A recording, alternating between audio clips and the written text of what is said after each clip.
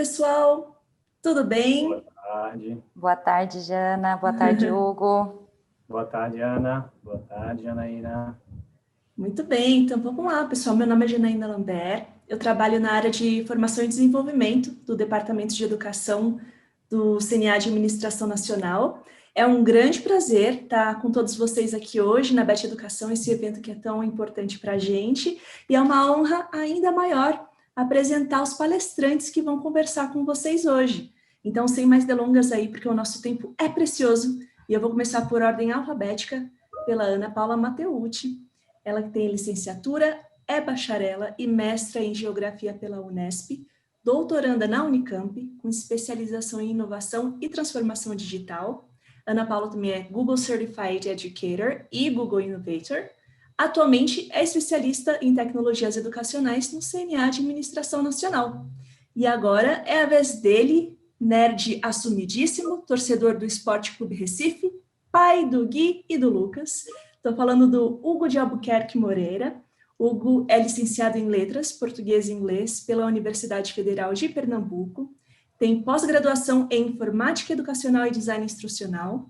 Trabalha há mais de 20 anos com ensino de idiomas. Atualmente é coordenador de pesquisa e desenvolvimento de treinamentos no CNA de Administração Nacional. E Ana e o Hugo falaram sobre o não lugar da tecnologia na educação. É com vocês, pessoal. Muito obrigada, Jana. Gente, vou Obrigado, começar Jana. a compartilhar minha tela com vocês. E me avisem se estiver tudo certo por aí.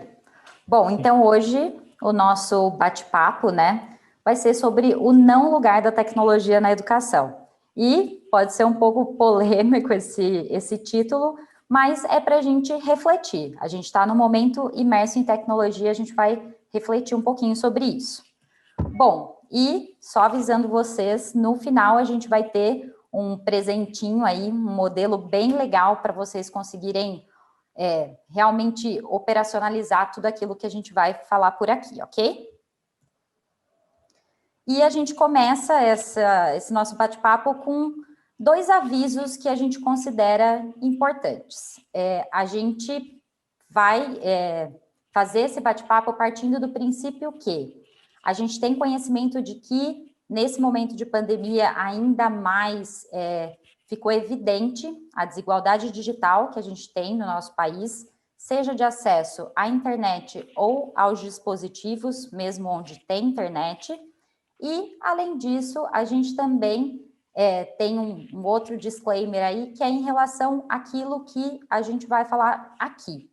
A gente tem uma clara definição, né, que é de educação à distância e que ela é diferente do ensino remoto, que é aquilo que a gente vive atualmente, e que o ensino remoto, que foi emergencial lá em março do ano passado, ele passou por várias fases. Essas fases o Hugo vai falar com vocês, e hoje a gente já fala de um ensino remoto intencional. E o Hugo vai contar um pouco sobre como isso funcionou no CNA. Obrigado, Ana. Gente, quando a gente foi pego, né, o mundo todo de surpresa, em março, mais ou menos, do ano passado, eu acho que para ser bem mais preciso, 17 de março, quando a gente teve a notícia de que a pandemia já tinha se instalado, a nossa, claro, primeira reação foi estudar todos os cenários para ver o que a gente já tinha embarcado de tecnologia dentro do CNA para maximizar ou potencializar para aquela situação. Então, a gente já tinha uma rede que é relativamente informatizada, conectada, né? Uma rede realmente que já está acostumada com ferramentas de treinamento à distância, né? E nossos alunos também já tinham em seus materiais didáticos, em seus cursos, também muitos componentes tecnológicos. Então, a gente partiu aí de um lugar que não era o zero digital, né? Mesmo assim, como a Ana falou, a gente saiu no cenário, assim como a maioria das escolas, do ensino emergencial remoto, aquilo que a gente precisava fazer emergencialmente naquele momento, né?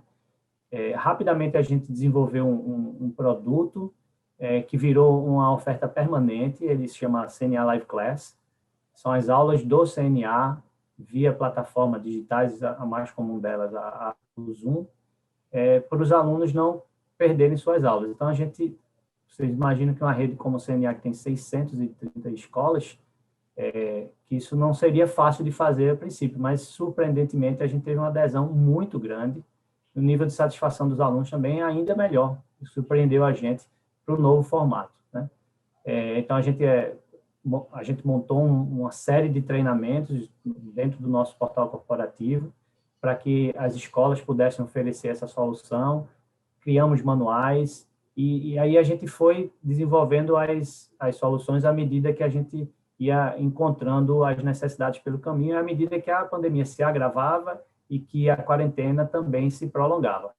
Então, a gente, por exemplo, viu a necessidade de fazer as provas online, né? As provas eram feitas completamente em papel, né? E depois a gente viu que era necessidade também de criar uma solução para as tarefas de casa, que eram entregues também em papel. Então, a gente foi evoluindo esse modelo do CNA Live Class aos poucos durante a pandemia para o modelo que a gente tem hoje, 1 ano e 2 meses quase após a pandemia. A gente já tem um modelo que não é mais o emergencial, mas que é uma solução já muito perto da solução definitiva que a gente vai lançar como um produto permanente após o período de pandemia e de restrição de abertura de escolas. Isso engloba, por exemplo, disponibilizar os materiais para professores, né, os nossos Teachers Guides, que também eram impressos, né, assim como os livros dos nossos alunos. Rapidamente disponibilizamos isso. A gente tem uma versão de Flipbook que você imagina que muitas escolas não puderam se preparar para o fechamento dessas. Então, o professor deixou o material lá na escola, a escola já fechou no outro dia, não teve como pegar.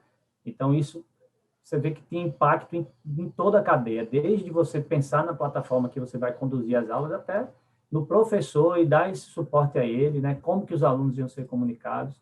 Então, para além das soluções pedagógicas, a gente teve que pensar também em outras soluções que eram de ordem administrativa, financeira, né? Então, esse modelo foi evoluindo. Então, a gente saiu, por exemplo, do primeiro momento que a gente tem provas em formulários eletrônicos para um desenvolvimento próprio dentro do nosso sistema, em que as provas são feitas no portal do aluno. A tarefa de casa do mesmo jeito. Vocês podem pensar que na primeira semana os alunos estavam tirando foto e mandando para o professor corrigir via WhatsApp, né? E hoje a gente tem uma solução dentro do sistema onde os alunos fazem as tarefas de casa e não precisam ir à escola para entregar aquilo lá, aquele papel. Eles continuam tendo acesso ao livro, mas também tem uma solução que é completamente digital. Então, a gente foi evoluindo desse modelo emergencial para um modelo mais amadurecido e que, como eu disse a vocês, vai perdurar. Além dessas inovações, vamos dizer assim, pedagógicas, que aqui nós nos vimos forçados a fazer, a gente também enxergou algumas oportunidades. Então, o CNA Conecta, por exemplo, é uma solução para o negócio, né? Uma solução, vamos dizer, administrativa, que congrega escolas com mesmo de franqueados diferentes, que podem montar turmas em conjunto para fornecer o serviço de aula de inglês e de espanhol para os alunos. Então, você imagina que um franqueado tem uma procura X para uma turma, o outro franqueado tem uma procura Y, que nunca são suficientes para se formar uma turma com o número de alunos desejável para se manter financeiramente. Então, eles se juntam através desse programa e conduzem essas aulas e aí repartem também receitas e os ônus, né, financeiros disso. Então, é uma solução que, do ponto de vista pedagógico, ela não é inovadora, é aula online também, assim como lá no Live Class, mas do ponto de vista administrativo, ela permitiu que as escolas tivessem também um ganho maior de receita. Então, é um exemplo de todos esses exemplos, né, de como a tecnologia ajuda a educação, seja dentro da sala de aula, melhorando a aprendizagem, melhorando o desempenho de alunos e professores, quanto também do lado do negócio, né, do lado mais financeiro para os franqueados, para os donos das escolas. Bom, e aí a gente pensa, né, o CNA, que é uma rede grande, e a gente enfrentou também vários desafios, como é possível operacionalizar tudo isso? E mais do que operacionalizar tudo isso, a gente tem várias questões envolvidas quando a gente pensa nessa questão das aulas online. Ah, mas meu filho vai ficar quanto tempo em frente a uma tela? Nesse tempo, como eu vou saber aquilo que está acontecendo? Isso vai ser bom para ele? Então, se a gente já está imerso nesse mundo digital com as aulas online e essas plataformas, tem outras coisas que a gente também precisa considerar. Para isso, a gente trouxe uma questão muito simples para vocês, que é a questão do planejamento. E esse planejamento, ele deve envolver questões também não tecnológicas. E por quê? A gente sabe que tem muita coisa muito bacana que a gente consegue fazer nas plataformas digitais, mas a gente também tem que reservar um tempo e pensar nesse tempo, né, planejar esse tempo para ele ser produtivo fora das telas. E uma dificuldade que a gente viu também ao longo do tempo, o Hugo viveu na casa dele com os filhos dele, a gente compartilhou sobre isso, é que os filhos do Hugo, por exemplo, faziam as aulas online e depois das aulas online eles ainda tinham todas as tarefas feitas também no computador. Então a gente trouxe aqui um exemplo para vocês de tempo estimado. Então, como fazer essa equivalência para trabalhar também outras coisas fora do tempo de aula, mas que a gente consiga pensar nisso como carga horária. Então, por exemplo, existe aí algumas literaturas que falam do tempo estimado de leitura de um aluno, que é de mais ou menos 2 minutos por página. Então, se eu passo para o meu aluno ler um texto de 15 páginas, eu estou ali trabalhando 30 minutos dentro de uma carga horária. Então, se eu passo para ele fazer uma pesquisa, uma redação de um trabalho de 2 páginas, existe também um tempo estimado de 2 horas. Todas essas estimativas, elas vão se aprimorando com essa experiência nesse planejamento e também conhecendo os nossos alunos e tendo familiaridade com o nosso público. Aqui tem um outro exemplo, é de uma universidade na Geórgia. No QR Code vocês conseguem acessar esse guide completo, que ele estabeleceu equivalências, porque nem tudo pode ou deve, né, ser feito no digital, e como a gente prepara essa equivalência no tempo para conseguir realmente trabalhar no online, nas aulas ao vivo, aquilo que é produtivo para aquele momento. E aqui, quando a gente fala, né, do CNA e do ensino de idiomas, a gente tem bastante prática de conversação, aquele momento de interação entre professor e aluno, entre os alunos também conversando nas salas. Então, a gente precisa pensar não só no preparo do tempo, enquanto a gente está ao vivo, mas também em que outras equivalências a gente pode encontrar para tempo de aprendizado fora das telas. E aí, além dessa referência que tem para vocês nesse QR Code, que é desse guide dessa universidade, a gente também tem uma grande referência aqui no Brasil, que é a Andrea Filatro. Ela é especialista em design instrucional e ela tem bastante referência também para apoiar os professores nessa jornada e nesse planejamento. A Andrea é uma grande referência e a gente não conseguiria trazer todas as referências sobre ela, mas a gente trouxe aqui um pouquinho para vocês também conhecerem sobre essas referências e esses tempos de planejamento. E aí, planejar também no momento de uso de tecnologia para que aquilo tenha um objetivo pedagógico claro e que a gente consiga fazer com a tecnologia, extrair da tecnologia o que ela tem de melhor e reservar para o momento fora das telas outras habilidades que a gente também precisa desenvolver. E agora, o Hugo vai trazer para a gente um exemplo dentro desse modelo que vocês vão receber no final, sobre como avaliar uma tecnologia e o uso de uma tecnologia na nossa aula, falando do Kahoot, que todo mundo viu, em algum momento todo mundo amou, e eu posso dizer que em algum momento muitas pessoas deixaram de amar também. Conta pra gente, Hugo.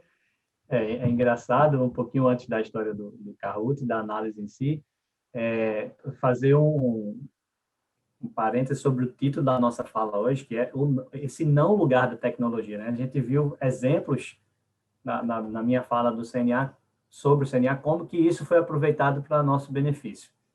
E a Ana trouxe agora para a gente algumas reflexões de como é que a gente precisa pensar nesse tombamento do presencial para o digital. Algumas coisas se perdem. O exemplo que ela falou lá, por exemplo, do tempo de tela que meus filhos passaram a ter depois que ficaram no ensino online. Isso é um efeito negativo. Ninguém deseja que crianças tão novas, meu filho mais velho tem 8 anos, passem tanto tempo assim nas telas. Então, existem implicações. Isso já acende o alerta para a gente. Então, nem tudo que é de tecnologia cabe para a educação. Então, a gente tem que fazer escolhas, né? Pensando nisso, quando a ideia desse artigo, e daqui a pouco a gente fala mais um pouquinho onde vocês podem achar o artigo, era fazer essa reflexão crítica de quais recursos e quais tecnologias a gente pode usar e outras que não necessariamente vão melhorar alguma coisa em sala de aula. Então, a gente escolheu o Kahoot, esse exemplo que a Ana deu aí, exatamente porque foi muito popular quando do seu lançamento, né? Eu me lembro que quando no TESOL, talvez, né, uma grande conferência de professores de ensino mundial que acontece nos Estados Unidos, talvez no TESOL de 2015, 2016, todo mundo que voltou de lá voltou com o Kahoot na bagagem. E eu sempre tinha um pezinho atrás com relação a isso, porque eu não via muita aplicação, pelo menos para o nosso contexto de ensino de idiomas, que fosse maximizar o aprendizado dos alunos. Então, a gente montou para o artigo um framework que faz a análise desses recursos. E daqui a pouco é o presentinho que vocês vão receber aí, se ficarem aí mais um tempinho com a gente, vocês vão ter o presente para baixar aí. A gente decidiu analisar o Kahoot e decidir no final se ele realmente é uma boa solução para a gente adotar ou não. Então, primeiro, o que é o Kahoot? Para quem não conhece, é uma ferramenta, um app que você pode criar testes de múltipla escolha que permitem votações simultâneas, né, votações em tempo real, em dispositivos móveis. Então, o professor previamente cadastra uma pergunta com as respostas, dá o link para os alunos durante a sala de aula e os alunos, ele faz a pergunta lá, projetada ou não, e os alunos respondem nos seus dispositivos, né? Meu filho, inclusive, usa muito Kahoot na escola regular. Então, é mais ou menos isso que ele faz. O papel dessa tecnologia é fazer com que dê mais agilidade para o professor montar esses testes rápidos, né, que são realmente interativos, e poder criar atividades em que os alunos entre si compitam, ou individualmente, ou em grupos. Isso provavelmente vai gerar um maior engajamento, né? A gente sabe que o elemento gamificado, a competição, ela gera um nível de engajamento maior, né? Por outro lado, ela não necessariamente melhora ou aumenta a aprendizagem, né? A gente pode ter um aumento de engajamento sem necessariamente um aumento de aprendizagem, né? E a gente não tem indício de que transformar uma pergunta que poderia ser feita oralmente, feita por escrito através de um app, vai gerar maior ou menor aprendizagem, né? Então, o papel da tecnologia é esse. Se isso serve ou não serve para a gente, cabe a nós discutir. Do lado do professor, o papel do professor é aquele que eu já disse a vocês, ele comanda isso, ele programa esse appzinho para fazer as perguntas, né? E durante a votação, a única coisa que ele precisa fazer é ir mostrando os slides com os resultados, né? E essas coisas. Se aquilo que o professor usa como método, como técnica de ensino em sala, inclui testagem, e existem métodos em que você testa, ensina e testa, o famoso test, teach, test, ele pode se provar bem útil, você pode fazer isso, mas isso tem que ser uma decisão consciente, intencional, né? E que esteja de acordo com o método e as crenças do professor para a relação de ensino-aprendizagem, né? Já do ponto de vista do aluno, que aí a gente começa a refletir um pouco mais sobre a coisa da aprendizagem, esse elemento competitivo, como eu falei, no Kahoot, parece que realmente aumenta o engajamento, o aluno fica com mais vontade de participar, vamos dizer assim, né? E aí a gente tem um padrão de alteração de interações, né? Por exemplo, se o professor decidisse não usar o Kahoot, ele mesmo interagiria com os alunos fazendo a pergunta ou os alunos em pares na sala iam discutir aquela pergunta. Então, você tinha uma interação aluno-aluno ou professor-aluno, e com o app, eles passam a interagir basicamente com a tela do aplicativo, né? Se você usa o Kahoot, ao invés de fazer uma discussão oral em sala, você tem um efeito colateral muito indesejado, que é você diminuir o tempo de fala do aluno. Em vez de eles estarem debatendo, dando a sua opinião, votando nas questões, eles estão simplesmente apertando o botão com sim ou não, ou com a resposta que tiver cadastrada lá. Então, desse ponto de vista, a gente tem um empobrecimento da interação e, consequentemente, da aprendizagem, né, para essa ferramenta específica, né? Então, a gente não vê realmente, do ponto de vista da produção do aluno, um ganho de qualidade, né? Aumentou, os alunos falam mais corretamente, né, ou escrevem e leem mais corretamente. Então, me parece que adotar o Kahoot isoladamente na sala de aula até não seria um grande prejuízo, mas adotar ele indiscriminadamente para substituir, por exemplo, atividades que seriam de prática oral por votação eletrônica, você está realmente dando um tiro no pé. É um exemplo de como a tecnologia não ajuda, nesse caso, o ensino-aprendizagem do idioma estrangeiro, né?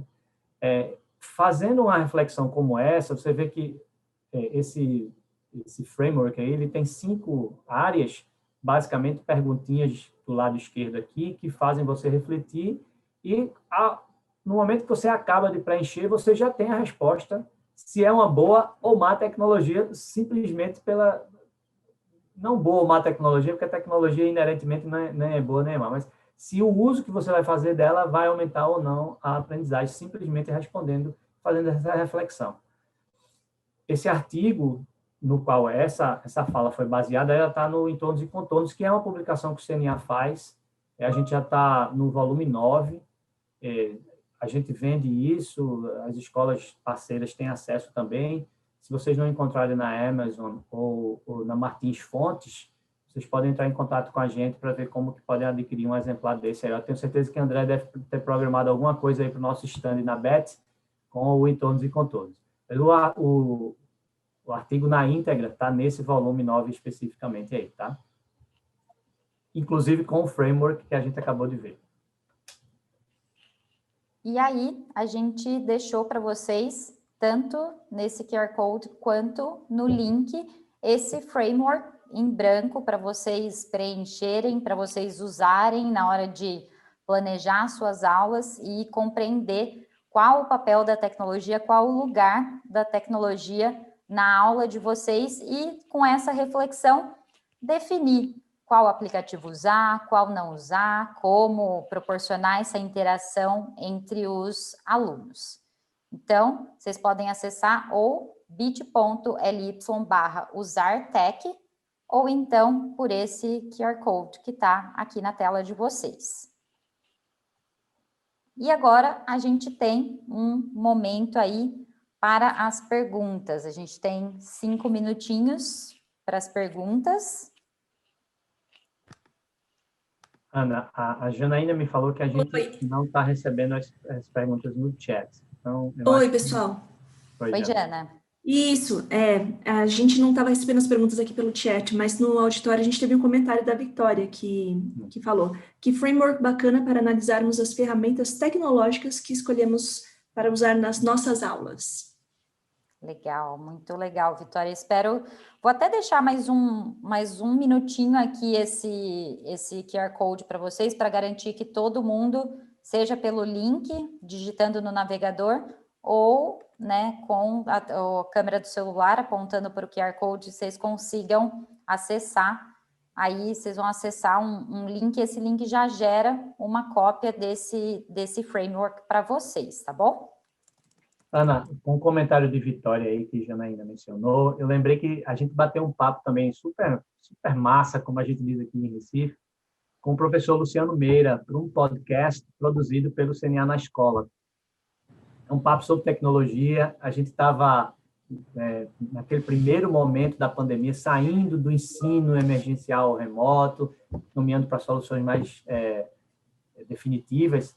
Foi um papo tão gostoso que a gente teve que dividir o programa em 2, acabou virando 2 episódios do podcast. Está disponível nas plataformas como Spotify e tudo. Então, se vocês quiserem também se aprofundar um pouco mais no tema, exatamente da tecnologia aplicada à pandemia, suas consequências, o que a gente pode trazer também de positivo e de lições aprendidas.